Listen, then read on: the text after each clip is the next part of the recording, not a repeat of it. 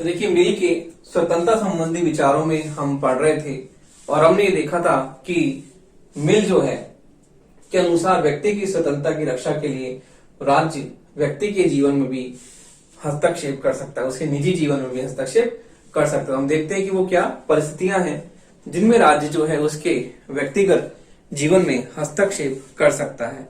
तो देखिए, इसमें हम देखते हैं पहला पॉइंट है, यदि व्यक्तिगत स्वतंत्रता का अनुचित प्रयोग करता हुआ, यदि व्यक्तिगत स्वतंत्रता का अनुचित प्रयोग करता हुआ अन्य व्यक्तियों की स्वतंत्रता में बाधक हो। यदि व्यक्तिगत स्वतंत्रता का अनुचित प्रयोग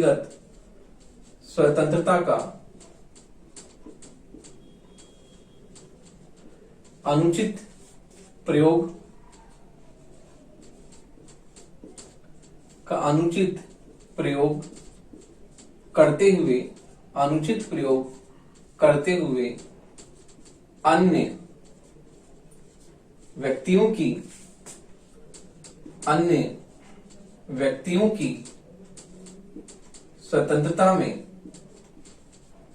अन्य व्यक्तियों की स्वतंत्रता में बाधक हो।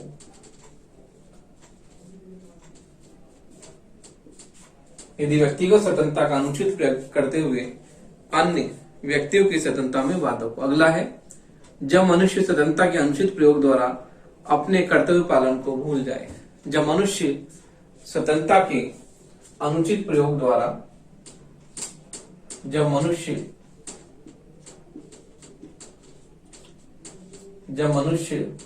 स्वतंत्रता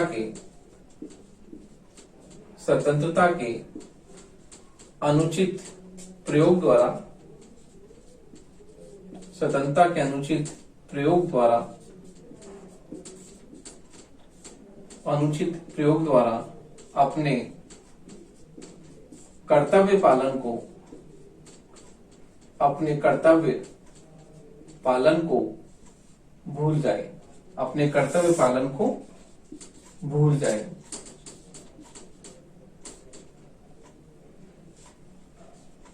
अपने कर्तव्य पालन को भूल जाए।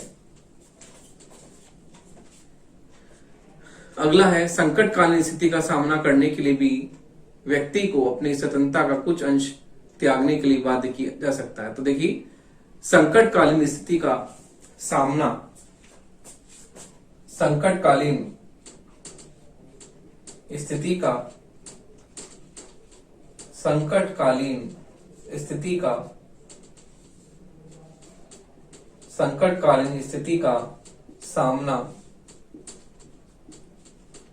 सामना करने के लिए भी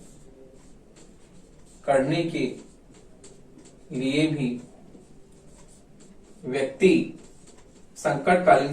संकटकालीन स्थिति का सामना करने के लिए भी व्यक्ति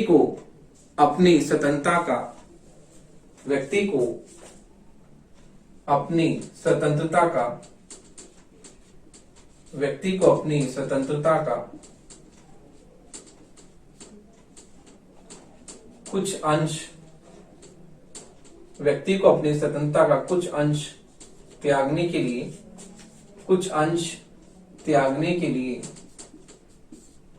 कुछ अंश त्यागने के लिए बाध्य किया जा सकता है। व्यक्ति को अपनी स्वतंत्रता का कुछ अंश त्यागने के लिए बाध्य किया जा सकता है। तो देखिए, इस प्रकार मिल के अनुसार व्यक्ति की स्वतंत्रता की रक्षा के लिए जो है राज्य व्यक्ति के निजी जीवन में, उसके व्यक्तिगत जीवन में भी निम्नलिखित रूप से हस्तक्षेप कर सकता है।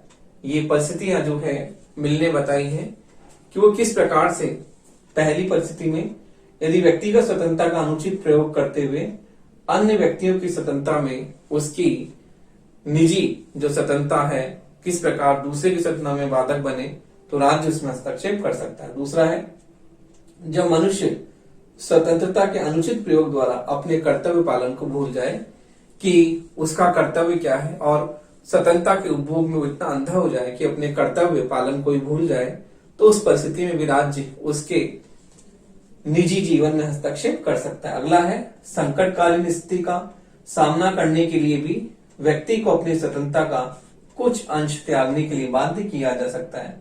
तो देखिए, संकटकालीन आपातकालीन स्थिति में भी जो व्यक्ति की स्वतंत्रता का कुछ अंश त्यागने के लिए राज्य उसे बाध्य कर सकता है। कैसी इमरजेंसी की स्थिति में राज्य जो है उसे अपनी स्वतंत्रता का कुछ अंश त्यागने के लिए बाध्य कर सकता है, उसकी स्वतंत्रता को सीमित कर सकता है। तो देखिए, इस प्रकार निम्नलिखित परिस्थितियों में मिल कहता है कि निम्नलिखित परिस्थितियों में व्यक्ति की स्वतंत्रता की रक्षा के लिए राज्य व्यक्ति के जीवन में जो है हस्तक्षेप कर सकता है। तो व्यक्ति अपनी व्यक्तिगत स्वतंत्रता का जो है किस प्रकार से वो राज्य के हस्तक्षेप नहीं होना चाहिए वो बात करता है, लेकिन फिर हम देखते हैं उसकी आलोचना में देखेंगे कि विरोधाभास हमें देखने को मिलता है कि एक तरफ तो वो कहता है कि व्यक्ति निर्बाध रूप से स्वतंत्रता का उपभोग करे, लेकिन निम्न परिस्थितियों में वो क्या करता है, राज्य का हस्तक्षेप मानता है। तो इस प्रकार मिल जो है इन परिस्थितियों में राज्य के हस्तक्षेप की बात करता है कि राज्य इन परिस्थितियों में व्यक्ति के जो है उसकी व्यक्तिगत स्वतंत्रता में राज्य निम्नलिखित रूप से हस्तक्षेप कर सकता है। तो देखिए, इस प्रकार हम मिल की स्वतंत्रता के बारे में हमने पढ़ा। तो हम मिल की स्वतंत्रता की जो है आलोचना के बारे में अब देखते हैं कि मिल ने किस प्रकार अभिव्यक्ति कार्य की स्वतंत्रता का प्रतिपादन किया है। तो हम मिल के विचारों की, उसके स्वतंत्रता संबंधी विचारों की आलोचना करते हैं। तो देखिए, अब हम इसकी आलोचना के बारे में पढ़ेंगे।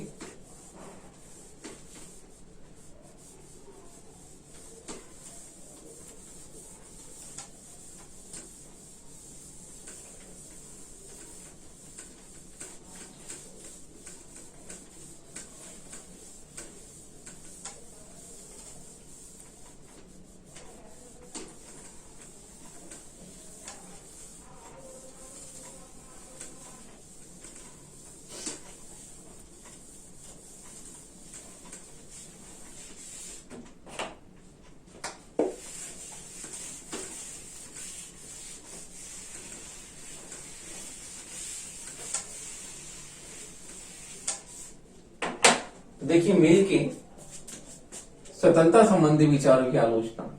मिल के स्वतंत्रता संबंधी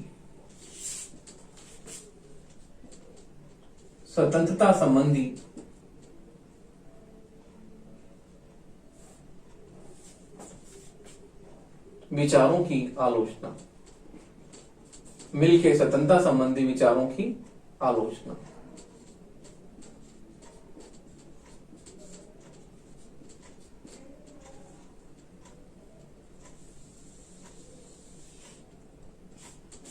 तो देखिए, मिल की स्वतंत्रता संबंधी विचार बहुत ही महत्वपूर्ण है, लेकिन इनमें कुछ कमियां सीमाएं रह गई है, जिनकी हम देखते हैं कि इसमें क्या क्या सीमाएं, क्या क्या कमियां रह गई हैं। तो हम देखते हैं कि इसमें जो पहला पॉइंट है, मिल की स्वतंत्रता संबंधी धारणा का आधारभूत विचार है व्यक्ति अपने मस्तिष्क पर संप्रभु है। तो देखिए, व्यक्ति अपने मस्तिष्क पर संप्रभु है, लेकिन संप्रभु होने के बाद भी हम ये देखते हैं कि उसके अनुसार प्रतिबंध के रूप में एक ही बुराई है, लेकिन हम प्रत्येक प्रतिबंध होने के कारण ही हम उसे बुराई नहीं कह सकते। तो हम देखते हैं कि व्यक्ति अपने हित का सर्वोत्तम निर्णायक होने के बावजूद भी हम कह सकते हैं कि व्यक्ति अपने शरीर और मस्तिष्क पर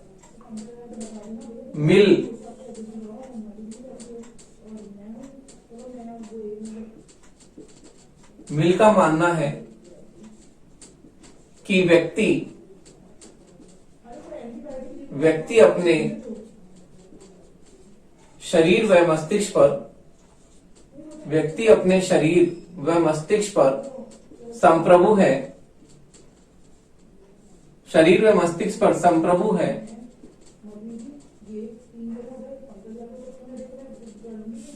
मिल का मानना है कि व्यक्ति अपने शरीर में मस्तिष्क पर संप्रभु है, लेकिन फिर भी हम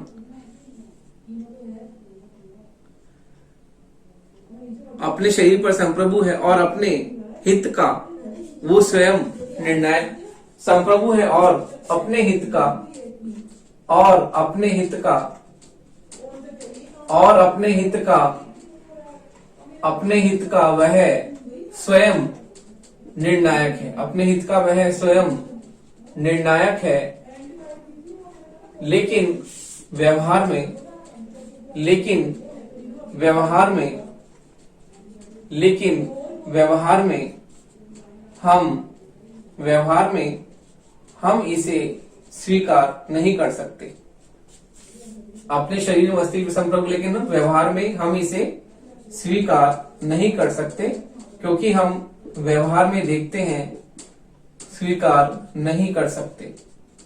हम प्रैक्टिकली देखते हैं कि व्यक्ति की स्वतंत्रता जो है उस पर समाज का कहीं ना कहीं, राज्य का या समाज का नियंत्रण होता है, क्योंकि व्यक्ति अपने शरीर और मस्तिष्क पर संप्रभु है, अपने विचारों को प्रतिपादित कर सकता है, लेकिन फिर भी कहीं ना कहीं जो है उस पर हस्तक्षेप समाज या राज्य लगाता है।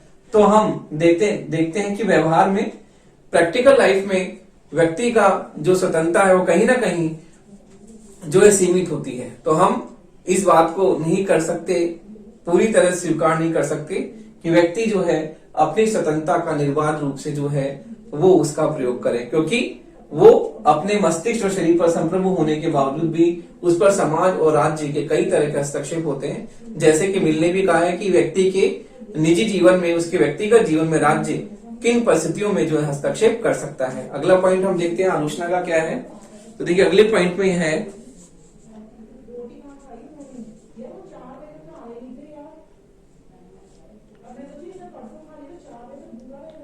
तो देखिए मिल जो है वो ये मानता है कि स्वतंत्रता की बात वो करता है, लेकिन विकृत मस्तिष्क वाले व्यक्तियों को स्वतंत्रता नहीं दी जा सकती। देखिए सामान्य व्यक्तियों को तो हम स्वतंत्रता दे सकते हैं, लेकिन विकृत मस्तिष्क वाले मनुष्यों को, विकृत मनुष्यों को हम विकृत मस्तिष्क वाले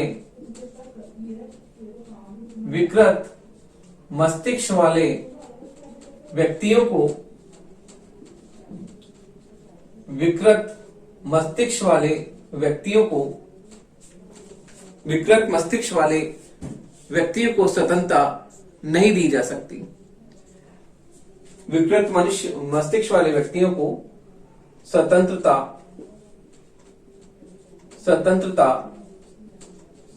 नहीं दी जा सकती। विकृत मस्तिष्क वाले व्यक्तियों को स्वतंत्रता नहीं दी जा सकती। इसी प्रकार से नहीं दी जा सकती, केवल सामान्य व्यक्तियों को ही, केवल सामान्य व्यक्तियों को ही पूर्णतः स्वतंत्रता प्रदान की जाती है। पूर्णतः स्वतंत्रता प्रदान की जा सकती है। स्वतंत्रता प्रदान की जा सकती है। व्यक्तियों को ही पूर्णतः स्वतंत्रता प्रदान की जा सकती है। तो देखिए इस प्रकार मिल ये कहता है कि विकृत मस्तिष्क वाले व्यक्तियों को स्वतंत्रता नहीं दी जा सकती, केवल सामान्य व्यक्तियों को ही स्वतंत्रता दी जा सकती है और सामान्य व्यक्ति ही पूर्णतः स्वतंत्रता का उपभोग कर सकते हैं। क्योंकि विकृत पागल मनुष्य जो है, यदि उन्हें स्वतंत्रता पूरी तरह से दे दी जाए तो किस प्रकार से स्वतंत्रता का क्या करेंगे, जो है उपभोग करके दूसरों की स्वतंत्रता पे वो बाधा पहुंचाएंगे। तो इस प्रकार मिल का ये मानना है कि मनुष्य को जो है हम सामान्य व्यक्तियों को स्वतंत्रता दे सकते हैं, विकृत मस्तिष्क वाले व्यक्तियों को हम संपूर्ण स्वतंत्रता नहीं दे सकते। अगला पॉइंट हम देखते हैं आलोचना का। देखिए, मिल की विचार स्वतंत्र संबंध धारणा जो है पूर्णतः है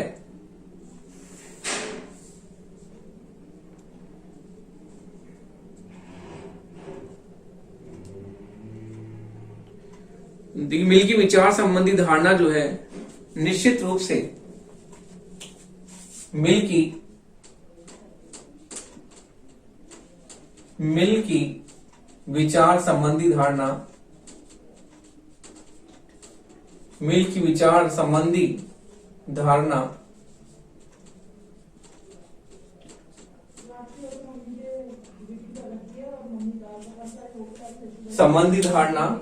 दुराग्रहपूर्ण संबंधी धारणा दुराग्रह मिल की विचार संबंधी धारणा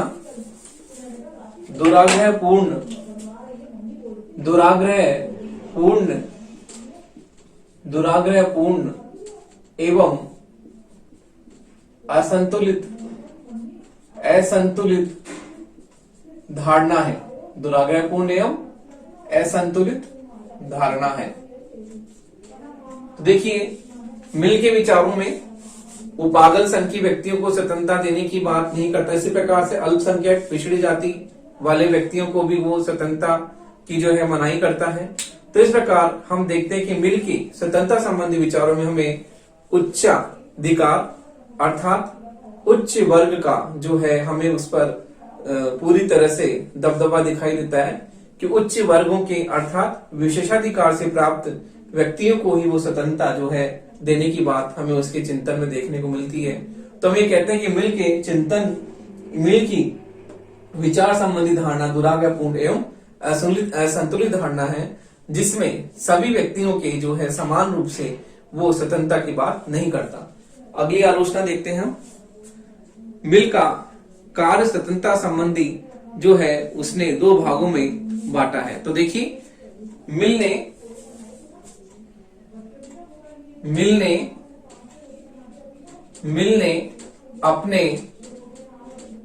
अपने कार्य स्वतंत्रता संबंधी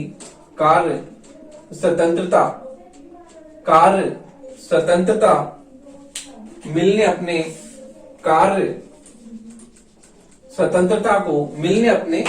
कार्य स्वतंत्रता को दो भागों में बांटा है। दो भागों में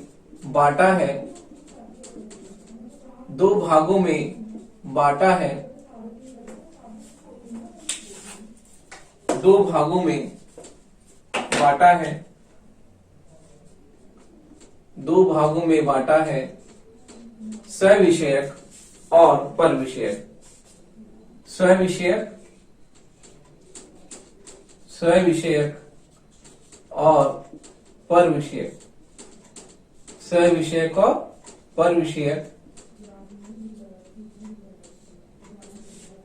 अतः इस प्रकार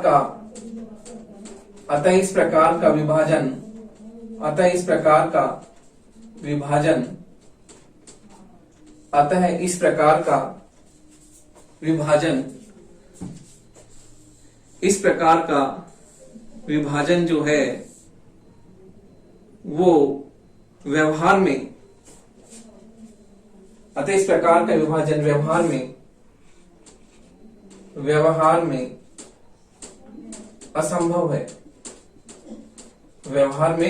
असंभव है। तो देखिए, मिल अपनी कार्य स्वतंत्रता को दो भागों में बांटता है, सविषयक और परविषयक। तो हम देखते हैं कि कार्य स्वतंत्रता को अर्थात कार्य की स्वतंत्रता को दो भागों में बांटना, सविषयक और परविषयक में बांटना व्यवहार में असंभव है। हमें इस प्रकार से इस तरह का विभाजन हम नहीं कर सकते। तो हम किस स्वतंत्रता को तो हम सविषयक में माने और किसको हम परविषयक में माने। तो इस प्रकार का विभाजन बहुत ही क्या है, भ्रांतिपूर्ण है और इस तरह के विभाजन को हम व्यवहार में नहीं अपना सकते।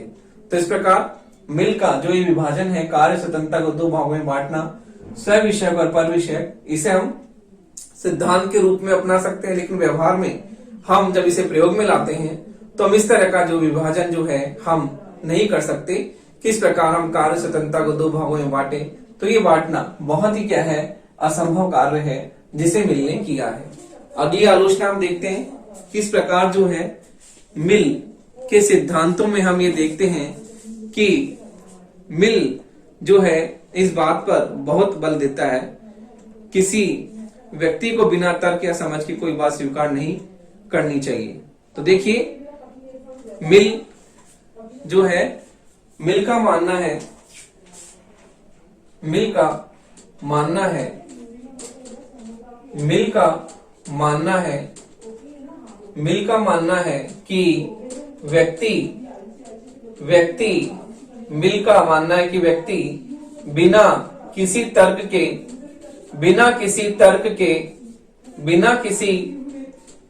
के अपनी बात को, मिल का मानना है कि व्यक्ति बिना किसी तर्क के उसे किसी भी बात को नहीं मानना चाहिए।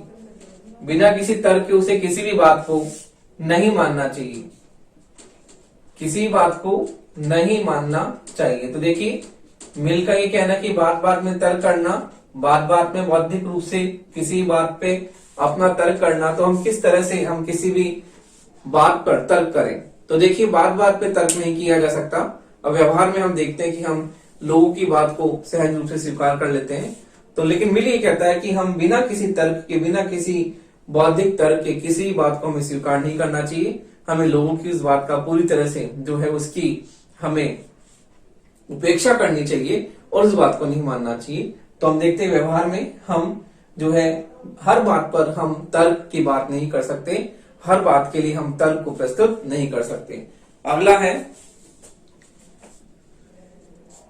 मिल जो है वो राज्य को एक आवश्यक बुराई मानता है, और मिल ये मानता है कि मिल राज्य को एक आवश्यक बुराई मानता है।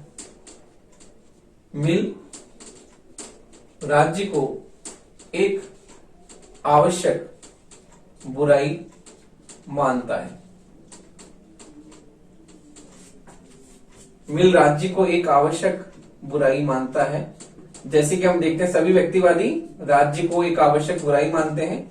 राज्य आवश्यक है व्यक्ति के विकास के, लेकिन राज्य नहीं होना चाहिए, क्योंकि राज्य व्यक्ति की स्वतंत्रता को कहीं ना कहीं प्रतिबंधित करता है। और व्यक्तिवादी जो विचारक हैं वो राज्य का हस्तक्षेप नहीं मानते कि व्यक्ति की स्वतंत्रता में राज्य का किसी भी तरह का कोई हस्तक्षेप नहीं होना चाहिए। तो इस प्रकार हम मिल के विचारों में देखते हैं कि मिल राज्य को एक आवश्यक बुराई मानता है, और यह कहता है कि उसका मानना है कि मानवीय व्यक्तित्व ऐसे वातावरण में ही विकसित होता है जिसमें उस पर किसी भी तरह का कोई बाहरी प्रतिबंध नहीं है। तो मिल व्यक्ति के जीवन में बाहरी प्रतिबंधों का पूर्णतः अभाव मानता है। वो कहता है कि व्यक्ति के जीवन में किसी भी तरह का कोई बाहरी प्रतिबंध नहीं होना चाहिए, बाह्य प्रतिबंधों का अभाव की बात मिल करता है। तो इस प्रकार हम देखते हैं कि मिल राज्य को एक आवश्यक बुराई मानता है। आवश्यक इसलिए क्योंकि राज्य व्यक्ति के विकास के लिए अपरिहार्य है, आवश्यक है, लेकिन बुराई भी मानता है कि बुराई इसलिए कहीं ना कहीं राज्य व्यक्ति की राज्य जो है व्यक्ति की स्वतंत्रता को कहीं ना कहीं प्रतिबंधित करता है, उस पर कहीं ना कहीं प्रतिबंध आरोपित करता है। तो इसलिए मिल राज्य को जो है एक आवश्यक बुराई के रूप में देखता है। अगला हम देखते हैं, अगली जो आलोचना है वो यह है कि मिल की स्वतंत्रता की धारणा जो है पूर्णतः निषेधात्मक है, वह किसी प्रकार से सकारात्मक जो है नहीं है। तो देखिए मिल की स्वतंत्रता की धारणा पूर्णतः निषेधात्मक है। मिल की स्वतंत्रता की धारणा, मिल की स्वतंत्रता की धारणा, मिल की स्वतंत्रता की धारणा पूर्णतः निषेधात्मक है। मिल की स्वतंत्रता की धारणा पूर्णतः निषेधात्मक है। वह किसी भी रूप में वह किसी भी रूप में सकारात्मक नहीं है, किसी भी रूप में सकारात्मक नहीं है, सकारात्मक नहीं है। तो मिल की स्वतंत्रता की धारणा पूर्णतः है, निषेधात्मक है और वो सकारात्मक नहीं है। तो देखिए, मिल की स्वतंत्रता की धारणा में हम ये देखते हैं कि मिल जो है हम ये देखते हैं कि मिल केवल खोखली स्वतंत्रता और काल्पनिक स्वतंत्रता की बात करता है, जिसमें हमें सकारात्मकता कहीं भी देखने को नहीं मिलती है। वो कहता है कि राज्य को जो है स्वतंत्रता पर प्रतिबंध नहीं लगाने चाहिए और सकारात्मकता की बात नहीं करता। किस प्रकार से मिल ने अधिकारों की कोई बात नहीं की है और अधिकारों के बिना हम स्वतंत्रता को क्या मानते हैं, बिल्कुल खोखली स्वतंत्रता मानते हैं, काल्पनिक स्वतंत्रता मानते हैं, जिसमें अधिकार समाहित नहीं है। तो स्वतंत्रता अधिकारों से युक्त होती है, तभी वो वास्तव में सच्चे अर्थों में वो स्वतंत्रता होती है, उसमें सकारात्मकता आती है। तो मिल अधिकारों के बारे में मौन रहता है, अधिकारों के बारे में किसी भी तरह से कोई भी बात को प्रस्तुत नहीं करता है। तो देखिए, इस प्रकार हम कहते हैं कि मिल की स्वतंत्रता की धारणा पूर्णतः निषेधात्मक है और उसमें सकारात्मकता का हमें अभाव देखने को मिलता है। तो देखिए, इस प्रकार से मिल की उपयुक्त आलोचनाओं के बावजूद भी हम देखते हैं जो है उसका बहुत ही महत्व है और उसके सिद्धांतों में हम ये देखते हैं कि मिल जो है राजनीतिक दर्शन में उसकी कोई भी जो है स्थान नहीं ले सकता। तो देखिए, मिल ने अपना उसका बहुत ही महत्वपूर्ण स्थान है राजनीतिक दर्शन में और कोई भी विचारक उसका स्थान नहीं ले सकता, क्योंकि उसने जो विचार अभिव्यक्ति की स्वतंत्रता जो प्रतिपादित की है वो बहुत ही महत्वपूर्ण है और उसका राजनीतिक दर्शन में बहुत ही महत्वपूर्ण स्थान है। किस प्रकार से उसने स्वतंत्रता का बहुत ही वैज्ञानिक ढंग से उसने व्यवस्थित और क्रमबद्ध रूप से उसने अपना सिद्धांत प्रतिपादित किया है। तो हम ये देखते हैं कि उपयुक्त आलोचनाओं के बावजूद भी राजनीति विज्ञान में जो है मिल का बहुत ही महत्वपूर्ण स्थान है और उसका स्थान कोई भी नहीं ले सकता, क्योंकि उसने स्वतंत्रता का बहुत ही वैज्ञानिक ढंग से उसने अपना सिद्धांत प्रतिपादित किया और इस प्रकार उसने विचार और जो अभिव्यक्ति का जो महत्वपूर्ण उसने विचार प्रतिपादित किया, इस कारण से उसके विचार और अभिव्यक्ति की स्वतंत्रता के विचार के कारण राजनीति विज्ञान में जो है उसका महत्वपूर्ण स्थान है।